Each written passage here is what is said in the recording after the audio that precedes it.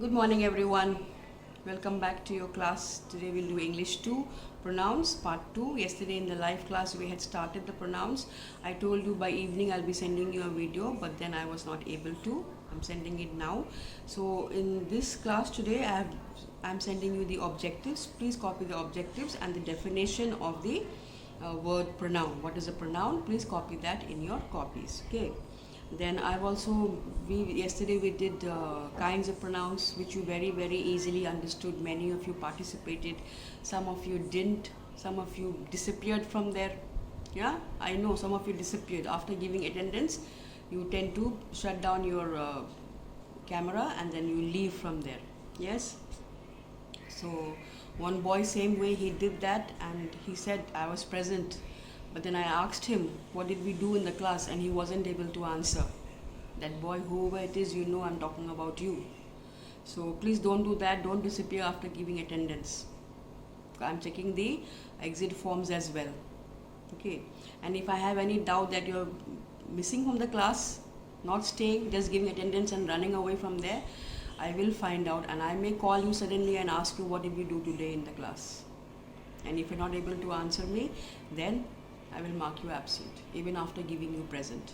So please be careful with that, okay? It's not very nice to do that. It's like cheating. Anyway, let's come back to the kinds of pronouns that we did today. Hopefully you understood. If anything is not understood by you, then let me know, okay? And today I'll be going in detail about something about personal pronouns. I'm showing you the table from the book itself, explaining that how personal pronouns are used as subject, as object, as reflexive, as emphasizing, and for whom, masculine or feminine, for whom are they used. If I say the word himself, himself is used for masculine or feminine. The word himself is used for masculine.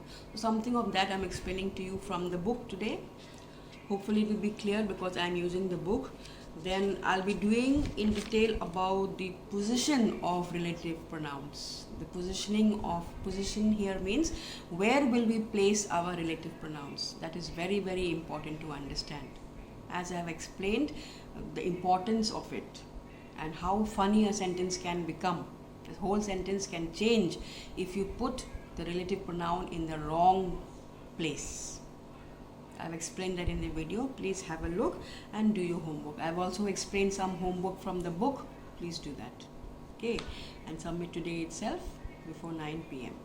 Okay, so continue watching the video and don't be lazy. Many of you are not submitting the work. Afterwards you'll say, ma'am, I got -10, -50, -100. It didn't go up to 100. Yes, it's not nice getting minus marks. It's not good. So please submit your homework. Okay. So take care and continue watching the video. So welcome back, students. Class 7A, pronouns part 2. Yesterday in our live class we have done the part 1. Anyway, I'm just repeating slightly here for your better memory or better understanding. Today's date is 26th. Objectives, learning outcomes, same meaning. To learn what pronouns are, these are your objectives. To understand what they stand for, what do pronouns stand for, and to understand its various kinds. We had done this yesterday. A pronoun is a word that is used in place of a noun. It is used to avoid repetition. I had given you an example in the live class, so I hope you remember that. We had also done all these kinds of pronouns: personal pronouns, possessive pronouns, relative pronouns, interrogative, reflexive, emphatic, demonstrative, and indefinite. We had done all these kinds of pronouns in our last class. Now what I will go in detail is this number 3. Relative pronouns. Yesterday we learned about that. Yes, their relative pronouns are used to join sentences. Remember? Yes, we use the word who to join sentences. Remember? So we will go in detail about these relative pronouns. There are many kinds of relative pronouns: who, which, that. Yes, whose, whom. These are all relative pronouns. So now I will go in detail about relative pronouns. The rest are easy, which you can understand. I hope you have understood the difference between reflexive and emphatic pronouns, which we did today. Okay, let's move on. I just want to show you a bit of personal pronouns. This is the table in your book on page 34. Maybe it's not very clear here, but in your book, if you open your books, you'll find this. Now here this person. Person means first person, second person, third person. Used as a subject, used as an object, That means this line here comes in predicate place. This comes in subject place. This comes in predicate place. Possessive form, I changes to what? Then reflexive or emphasizing form and remarks. Let's see. So I is singular, used as subject, and as an object it turns to me. Possessive form is mine. This book is mine. Reflexive or emphasizing is myself, and remarks, it is used for both masculine and feminine. Masculine means male and feminine means female. Second person singular and plural. You, same. You, yours, yourself, yourself. Used for both masculine and feminine.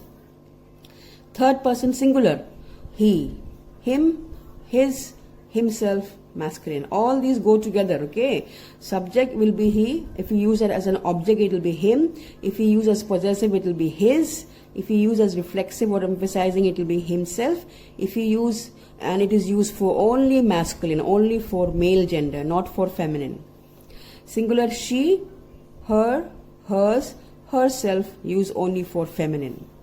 Singular it, and possessive form, we can say its, we can also say its. Then itself, neuter. Neuter means it is used for animals, okay?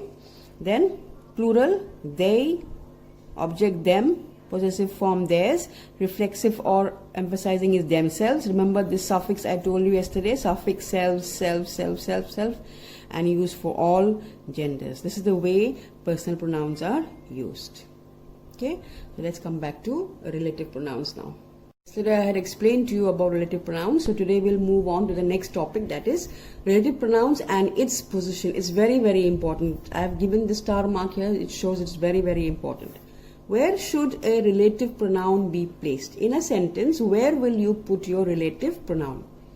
You just can't put your relative pronoun anywhere you feel like. It has a specific place.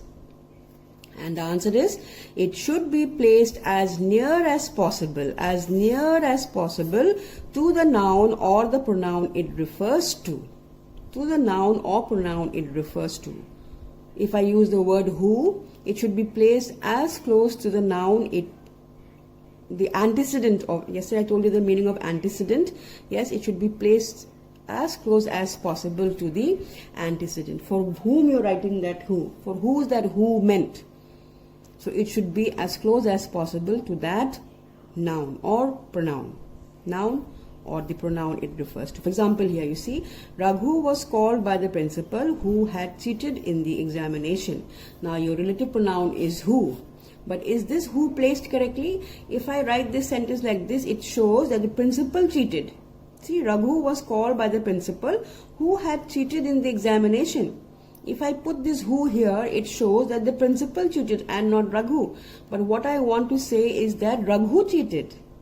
But if I write my sentence like this, it shows that the principal cheated.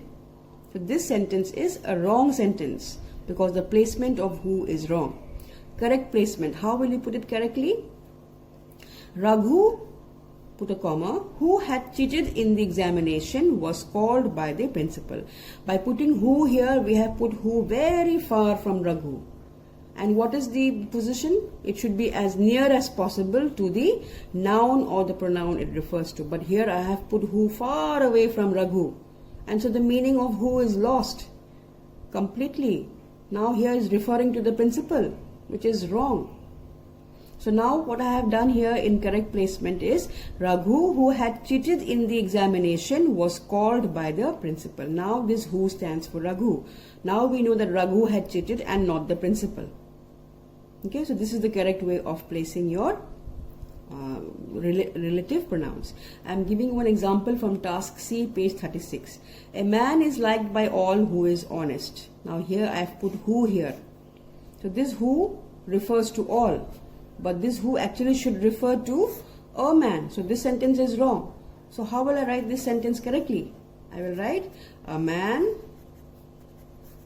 who is honest, yes, is liked by all.